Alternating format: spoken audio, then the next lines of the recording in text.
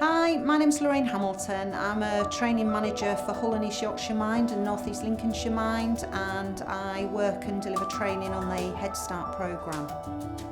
Welcome to this bite-sized session on normalising anxiety. This is not aimed to try and replace any therapy or any professional services, but it's just to try and encourage you to actually use some of the resources that have been provided through Head Start and through other mediums, which I will touch on as we go through the session. So please just bear that in mind. First of all, the aim of the session then is how to normalise anxiety under the current COVID-19 situation. I mean, clearly a lot of children and young people are going to be quite worried, quite anxious about the whole situation, the things that they're hearing, conversations that they're overhearing, things that are on social media. So this is to try and actually put some context around that and hopefully help them to navigate their way through the whole situation. And also to promote confidence in yourselves really as staff and professionals who are working with children and young people, to actually use some of the resources, because there are lots there, but as always sometimes we get overwhelmed with all these things and we can't always sort of find exactly what we want. So hopefully it'll encourage you to do a bit of looking at some of those things as well if you're not already using them. So first of all then, why do we become anxious? A rhetorical question, but a really important one, just so that people have an understanding that anxiety is a very normal reaction. So it is really about this reaction to things that are outside of our control, things that we are uncertain about, things that are out of our comfort zone. So anxiety is a really normal thing, and if we can get that across to children and young people, that's a good starting point. So if they kind of understand that it is part of our survival mechanism really, and it goes way, way back, and it's how we've survived as a species really.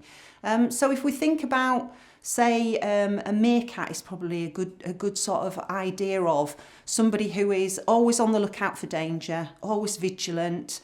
That's when our anxiety is becoming not so useful. So we talk about the fight, flight, freeze response. And if we think about ourselves and when we've been faced with situations that we're not comfortable about, for example, standing being filmed doing this is not my normal sort of place to be. So, we have that usual little bit of anxiety about it.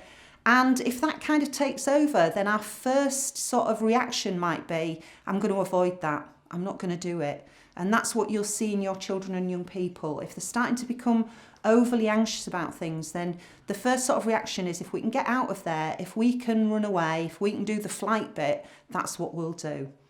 The second response is probably the fight response, which is less common, but sometimes people will, and that might be where you see young people getting maybe angry, aggressive, irritable, snappy, trying to kind of, fight the way out of the situation that's making them feel uncomfortable.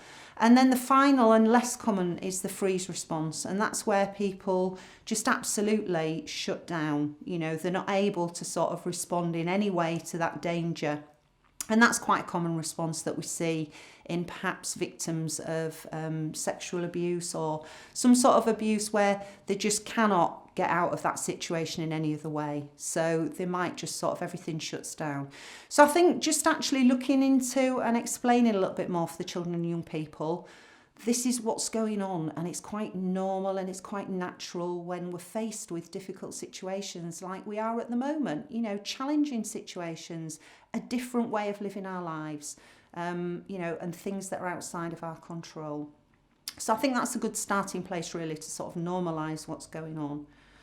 Some sort of suggested resources for actually normalising that feeling. You will have been sent either to your school or your setting. You will have access to the Chameleon PDE online lesson plans and resources.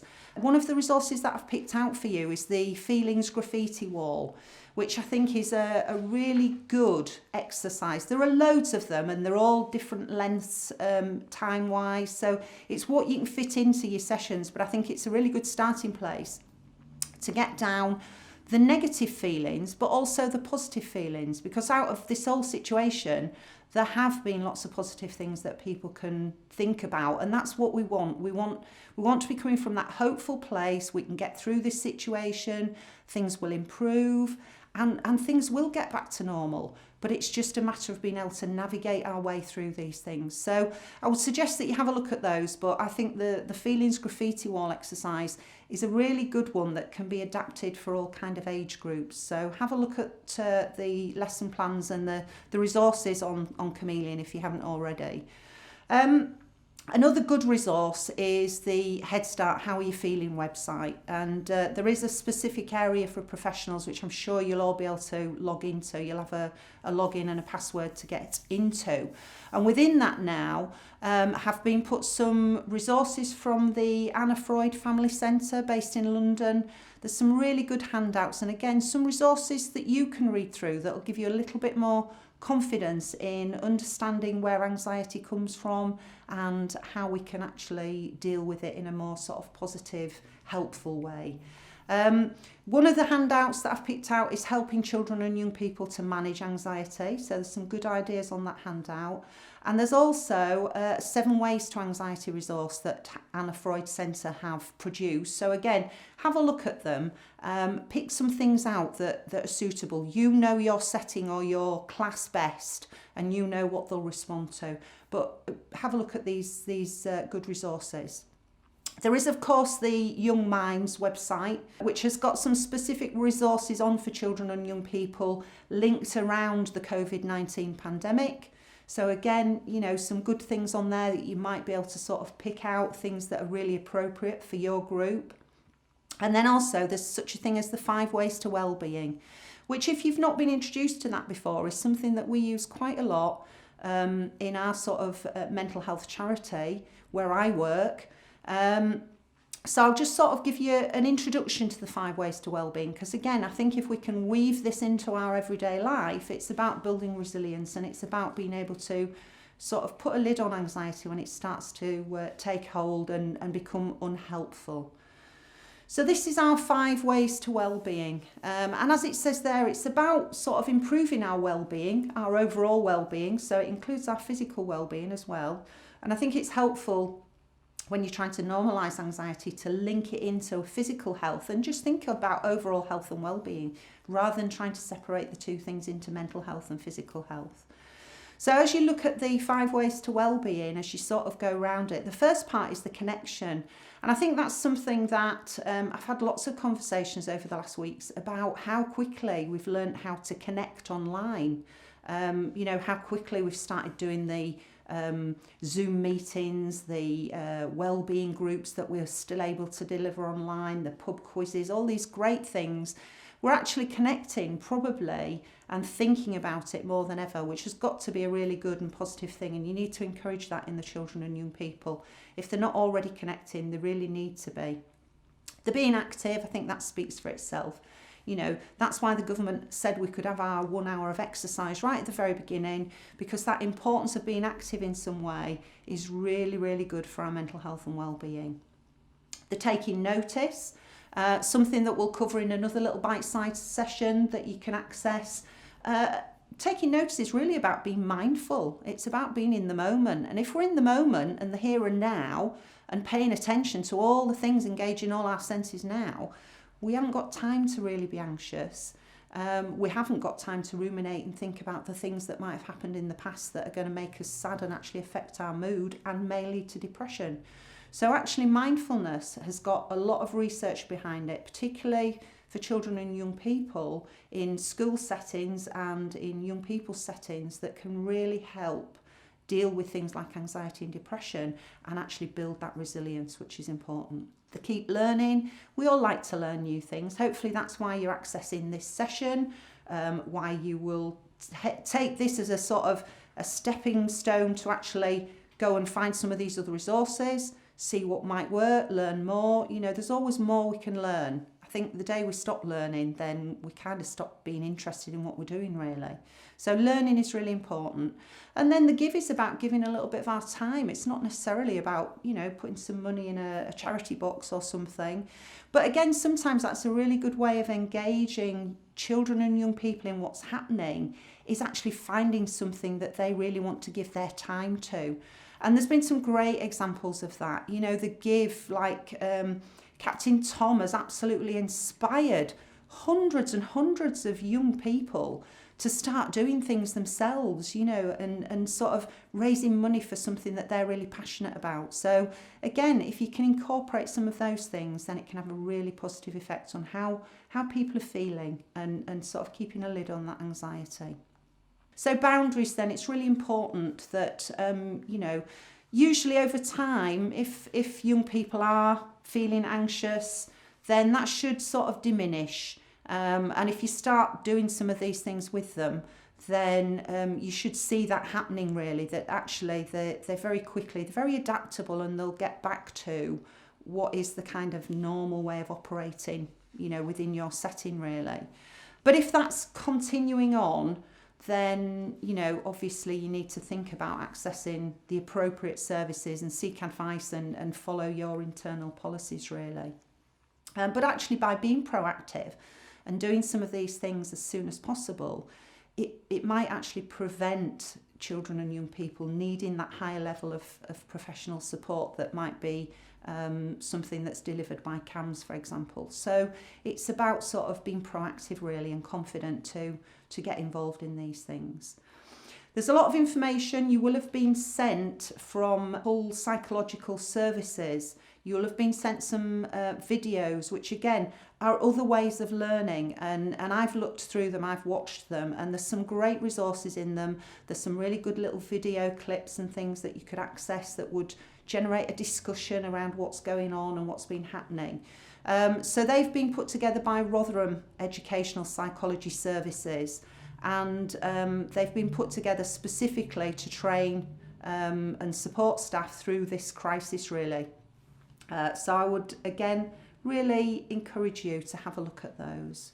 If those emotions and thoughts and feelings are continuing then with some level of intensity, then really that's when you need to sort of seek some advice from your internal protocols and procedures, and sometimes thinking about safeguarding is actually the way that you're going to go with it.